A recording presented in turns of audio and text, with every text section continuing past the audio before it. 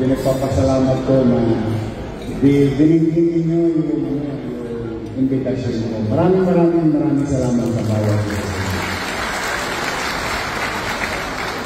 Nagusog ba kayo?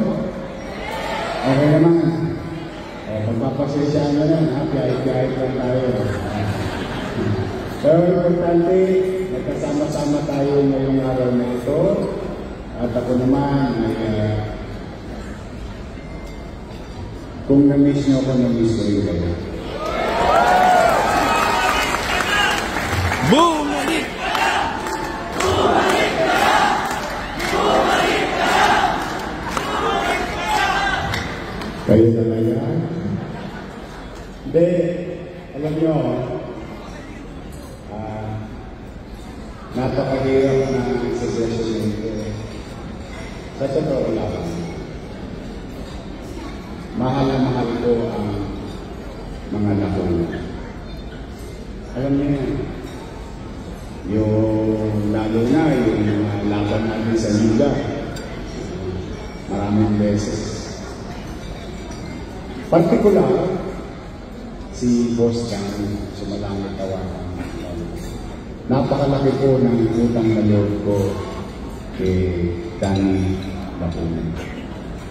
Kaya naman, sa maliit kong kaparaanan, pinilit kong lingunin. Kasi ang utang na loob, walang kabayaran. Habang buhay yun. Salamat naman sa inyo. Salamat sa mga kagabatang Maynila.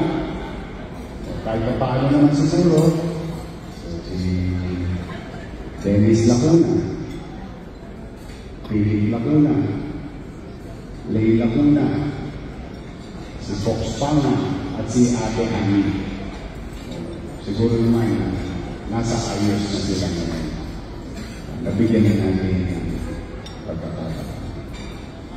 Katulad ng sinabi ko, walang kabayaran ang utang na loob. Kaya, ako naman, patuloy na magbabayad ang utang na loob. Siguro sa isang paraan na lang. Dahil malaki rin ang utang na loob ko sa mga batang Maynila. Yun!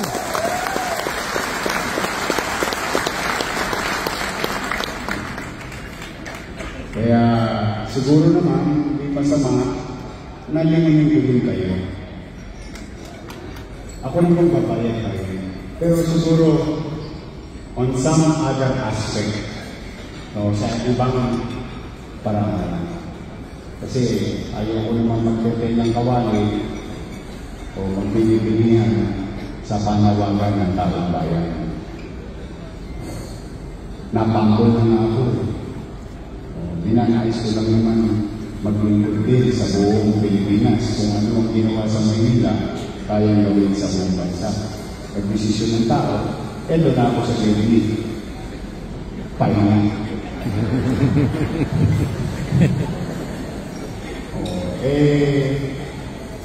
Itong usapan na ito, hindi na tungkol sa amin. Tungkol na ito sa taong bayan. Siguro hindi naman masama na kayo naman ay balikan ko.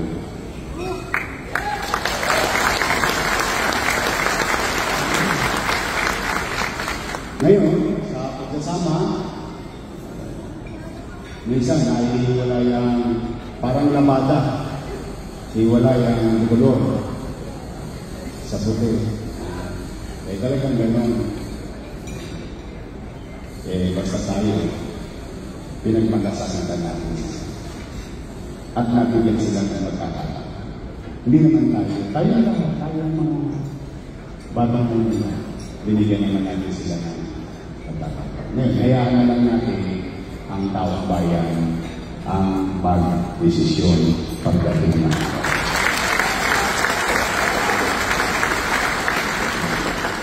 Ngayon, meron ako mga kasama ang nandito, ito sa Wakali, ang nangunguna.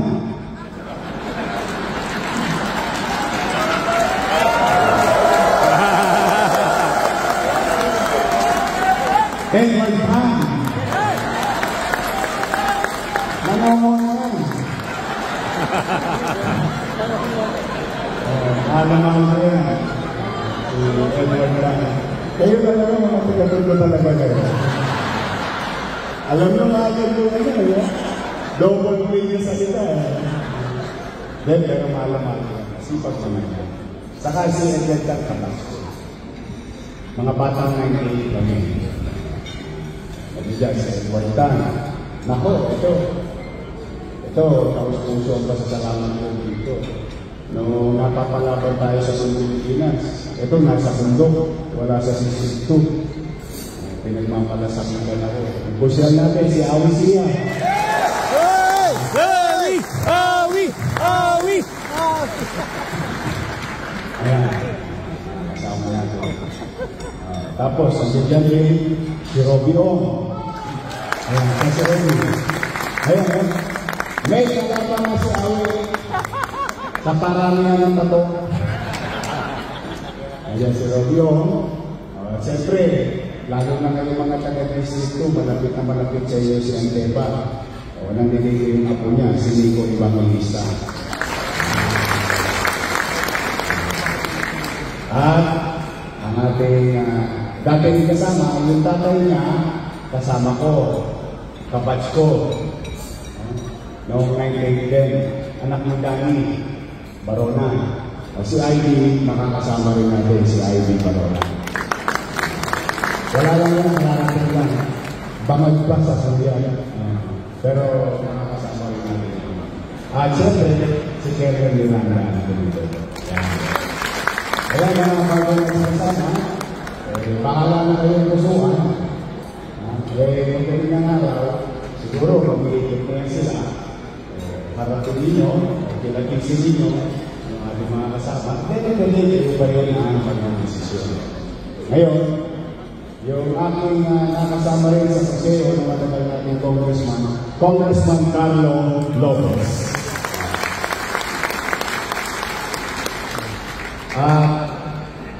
Ito naman, guwapo. Guwapo to. Tall, white and handsome. Hindi dark, but white. Matagal na rin ito nag-ikot sa konseho.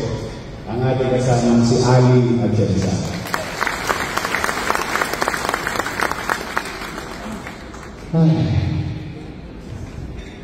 Mahirap sa totoo. Kaya lang talagang hindi naman kayo pwedeng kalimutan. Siyempre, iniisip din natin yung lungsod, iniisip natin yung tao. Pasasaan ka, nakakaraos. Kung sakasakalan ba na papalawag kami ni Ali, sasamahan mo kami.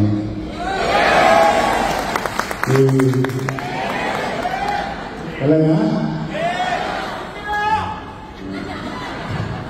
Thank you. Yawa ang Diyos. Darating din ang araw na yun. Pero ngayong araw na ito, ay gusto ko lang magkasama-sama tayo. Papasalamat na ako kahit inaambalos kayo ng bagyo. Nagpunta pa rin kayo. I miss you too. But, meron lang akong mga pakiusap. Pakikisay nyo lang. Una,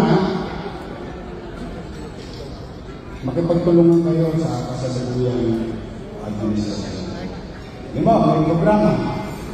Ikabubuti rin nasasakupan ninyo. Supportahan ninyo. Kasi kapakinabangan naman yun ng batang Maynila. Liho ba? Okay kayo sa inyo? Ayun yung darating na panahon. Ang importante yung panahon ngayon na kailangan maasikaso natin yung mga masasakupan natin. Pangalawa, ito naman, yung kanina, pinag-iusap ko, taong bayan. Ibig mahalagaan pa rin natin yung taong bayan na nasasakupan ng mga barangay. Yung pangalawang pakiusap ko, ito personal. Sa akin naman, kung mapapagbigay ko lang ako, pakisuyo lang. Kung halimbawa, kayo may pagkakampo, kung kanino man, huwag niyong pagsasalitaan ng masakit ang ating animoy. Yun lang pakiusap ko. Halimbawa, kakasalitaan yan eh. Huwag nyo na lang, isabihin nyo na lang. Kasi pag napagsalitaan siya hindi maganda, nasasaktan nyo na. Dahil mahal na natin yung mga yan. Mas mahal ko na. Kasi tao naman talaga ang pinag-uusapan natin dito. Senior boss. Yun lang naman, yung personal ko makiusap. Ngayon, uuwi din yung ngayon.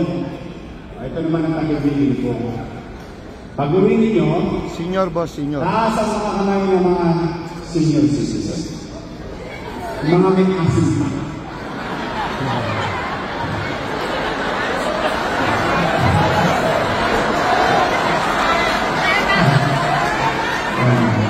Dahil, totoo naman eh. Alam niyo naman, lab-lab ko mga senior citizen, ba? Okay. May nabalitaan ako, may binago sa ginawa ko. Nung araw, ewan, matanda pa ng balita ko, for picture. Pag hindi nakapunta, hindi nabibigay yung... Tama ba? Pangalawang nagawin ako, pag may sakit, nasa ospital, hindi na rin mabigay. Pag hindi nagputante, hindi na rin nasama. Tama ba? Totoo ba yun? Pag nagbakasyon, nagka-payout, wala, hindi na rin mabigay. Totoo ba yun? Noong araw, ayun ang natanong ko. Kasi kayo gusto ko buhay, lalo na parang layan. Noong araw, ang polisiya ko, walang mahirap, walang middle class, walang mayaman. Walang may sakit, may hindi butante o butante. Lahat ng mga matatanda sa lungsod ng Maynila may allowance. Tama ba? Tama. Tapos nangyari, halimbawa, wala yung senior. Wala yung senior. Nagbakasyon, 5 buwan. Nagkabigayan ng 6 buwan. Lumating ngayon. Yung bigayan, wala yung senior. Di ba retroactive? Nakukuha ng mga senior ng araw. Para lang nagbinig po. Tama ba? Ito ang nagbinig sa inyo. Pag-uwi ninyo sa inyong mga barangay, sabihin yung mga senior citizen, may awa ko someday, pag nandun na tayo, ibabalik ko yung dating lumang.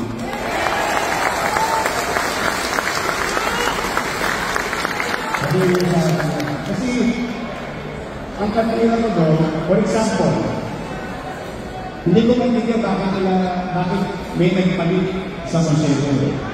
Hindi ko alam bakit lang pinalitan yung batas. Unang-una, kwentahan namin na isang senior. Tapos multiply mo ng 500. So, nandiyan yung pera, nandiyan yung budget. Pag hindi nakuha, mapalit ka sa kaban. Tama ba? Tama. Lalo na kayo, nagpa-budget kayo, alam niyo ang ibig ko sabihin. Pag hindi natosgas, lelen pa lang niya sa kaban. O, tapos pwede na ulit ibalik, ibigay, i-update yung system. Tama ba yun? Ayun, sabihin yung mga lolo-lola ko, sabihin sa kanila, I love you. Babalik mo yung dati. May awa niyo sa tulong. Yun lang. Yun na muna. Kasi naawa ko kasi kahit saan ako pumunta, nakikiusap yung, what do you call this? Yung mga senior. Saka wala nang schedule sa December, huwag kayo mag-alala. Hindi lang na. Wala na po ako. Kirahin ko katulad dati. 1-2. Wato sawa. Iba rin naman dati. Yun lang, nalulungkot ako kasi parang alam mo nakakalungkot doon? Alam mo nakakalungkot doon? At yung ginabang mo yung tao, papatuloy ka ba natin? Dapat ang pagbabago, pakiyak. Hindi pagbabago. Tama ba yun? Tama. Yun lang ang pag-uwinin ko. Pag-uwinin ko sa inyong mga barangay, sabihin niyo sa mga minamahal kong nanay, tatay ko, lolo, lola ko, I love you. Yan lang yan. Tapos na. So muli, maraming salamat sa inyo. Sana samahan mo kami pagdating ng araw. Samahan mo kami ni Ali.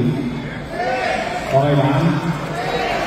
Company is organized. Anyway, maraming salamat sa bawat isa sa inyo. Mag-iingat kayo pag-uwi. Hindi na kailangan magmadali. Talagang nasa mga panahon. But then again, thank you very much kapag punta mo nyo. I will see you soon. I will see you soon. Binibinig ko ang sigaw ninyo. Binibinig ko ang kailinan ninyo. Mahal ko kayo, mga bata namin. Magandang gabi. Pagpalain nawa kayo ng Pong May Kapal. Manila! Thank you. Maraming salamat po, mga batang Maynila. Muli pa ng pagkatunatan ng ating minamahal na Lope, Isko Moreno Domagoso. Kainin ko ang aming makakasama sa tamang panahon, Ali Atienza. Ang ating muling magbabalik, Congressman Carlo Lopez. At kainin ko sa lahat po ng ating makakasama sa konseho, andyan po, Lito Evangelista. Former Colonel Romel Miranda. Robbie O. Former Councilor Edward Tan.